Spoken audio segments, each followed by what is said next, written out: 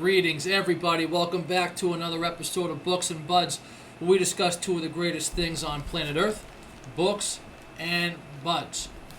All right, everybody. Today we come to you from our wonderful vegetation room, one of the veg rooms, anyways, here at Burning Bush LLC. So today we're going to be discussing Room by Emma Donoghue. It's probably one of the best books I've read in the last decade, and that's not an understatement. I was absolutely floored with this book. Before we get into it, though, as you may have noticed, I don't always just review national bestsellers like this. I mean, this was a wonderful book. A lot of people know about it. It was turned into a hit movie. It was just fantastic. But I also review books by lesser-known authors because a lot of them are my buddies. Some of them are independent writers. Some of them are with very small presses. And some of them just really don't have any platform at all. So I want to help them. I think they write decent books. So if you're tuning in to watch the review of this, maybe just give me a subscribe, hit that like button, maybe even comment below. All of it helps the algorithms a little bit, so maybe some of my friends can get a few more eyeballs on their books and everything else. It helps me, it helps them, and it just helps everybody, you know what I'm saying? So, also before we get into the books, we don't have a lot left from the last run, but we got a little bit of Blue Dream, a little bit of Super Silver Haze left. You know, I got a tote full of it over here. And Blue Dream is quickly becoming one of our better ones. It's a popular strain, so we decided to give it a try.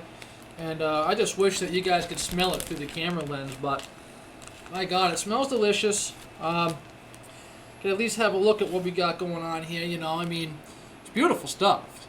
It's beautiful stuff. Oh, it just smells wonderful. But almost all pot smells wonderful.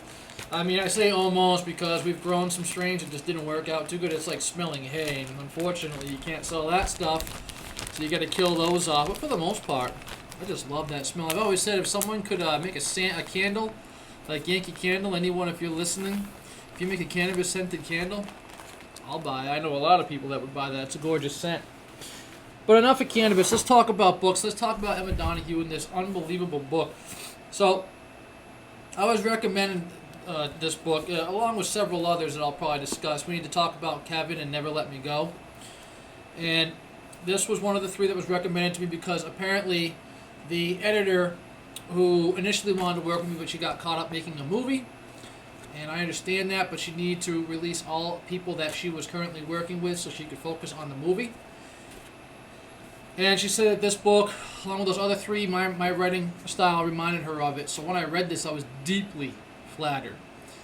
So, upon reading this, it was written in the first-person narrative of a 5-year-old little boy.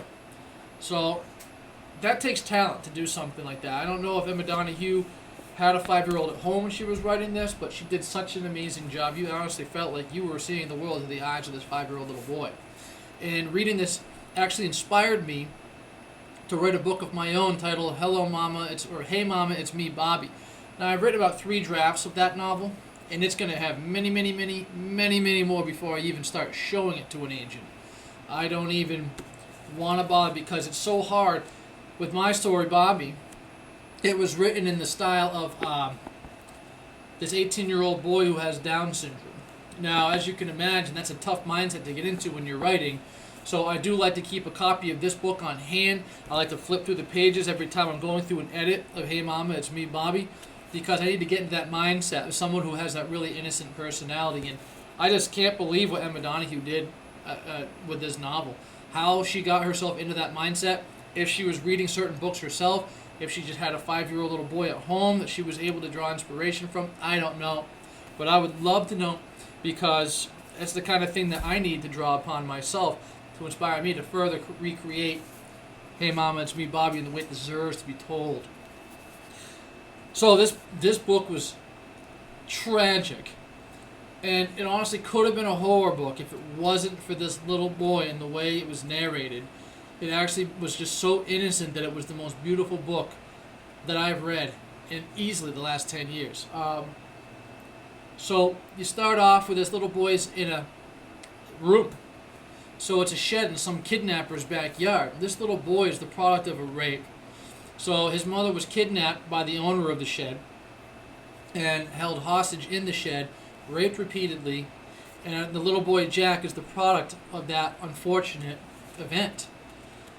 But he doesn't know any better, and the mother does her best to keep him in the dark, and they have a little TV in there, and they watch cartoons and stuff like that. She does her best to get things for little Jack, the little boy, like ingredients to make a cake on his birthday. It actually just takes place right as he's turning 5. It's just so beautiful the way she does it. He sleeps in an armoire, and that's where she forces him to hide when the evil guy comes in and sleeps with her. Well, rapes her repeatedly. And like I said, it's just the most tragic book that you could ever imagine. But somehow, Emma makes it so sweet and innocent that you're almost left with a good feeling at the end of it. I mean, you feel awful for the kid's mother.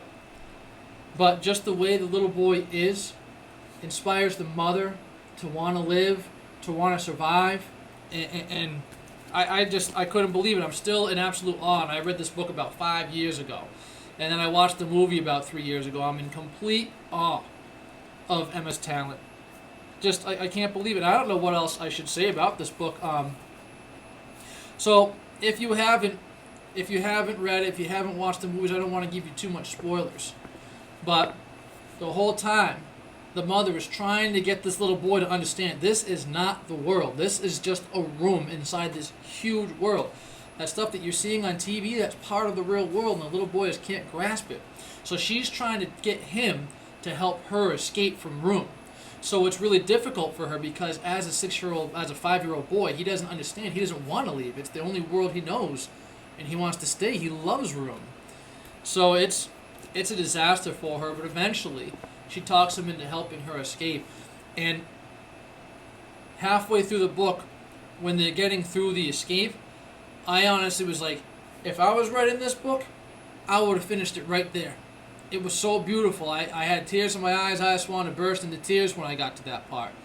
But I was like, I don't know how she's going to wrap this book up. She's only halfway through. This is like the end.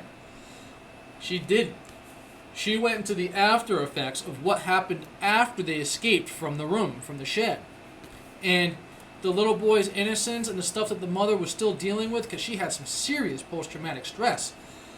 Her parents, little Jack's grandparents, they had a lot of stuff they were dealing with. They were dealing with a lot of paparazzi that wanted to get their story, that wanted to hound poor Jack, get his photograph, get his story, and so much went on. So, honestly, when you get to the end of a lot of these books, I mean, this book made me kind of think of that. Like, when you get to the end, you're like, wow, what a beautiful ending. But honestly, almost every book could be turned into a sequel because it's like, well, what happened next?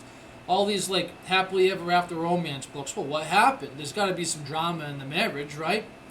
When someone gets away from a killer in, like, a horror or a psychological thriller, well, what happens? There's got to be something psychologically that happened to the main character that you could go into another book with. So, a lot of books, I mean, they probably wrap it up nicely. You don't really need to go any further. But that thought's always there. What happened?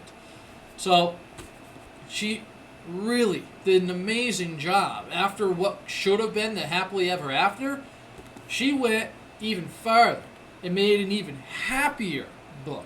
So like I said, it was a horror, it was a psychological thriller, it was an inspirational book.